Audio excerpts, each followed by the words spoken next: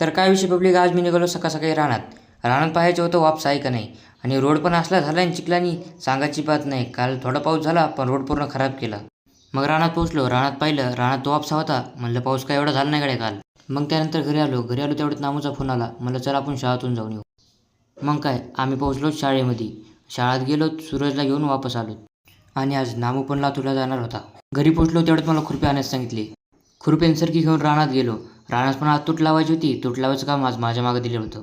तर इकडे काय, धान्या पण आज हॉस्टेलला जाणार होता, म्हणजेच आपल्या बेडला. तर ह्या वर्षी त्याचं पहिलेच वर्ष होतं हॉस्टेलचं. घरचे सगळे म्हणले त्याला जाऊ नको, पण तो म्हणला दाजी कसा गेलता तसं मला पण जायचे. लय जायचं करीत होता. तर घरचे सगळे म्हणले जा मग एकदा. मग काय विषय, जाता जाता सर्वांचे दर्शन घेतले त्यांनी व निघाला हॉस्टेलच्या दिशेने. ते तर गेला बीडला. चला मग आता तुम्हाला आजच्या ब्लॉगच्या खास कार्यकर्त्याचे दर्शन करवतो. तर हे पहा मित्रांनो, आजच्या ब्लॉगचे खास कार्यकर्ते. ही आहे आमची तारा आणि ही सितारा. खरं तर सितारा नाव एक आमची म्हैस होती, पण ती विकली गेली जाते हे गायला घोषित करण्यात आलं. मग काय विषय, रानातलं सर्व काम उरकून घरी आलो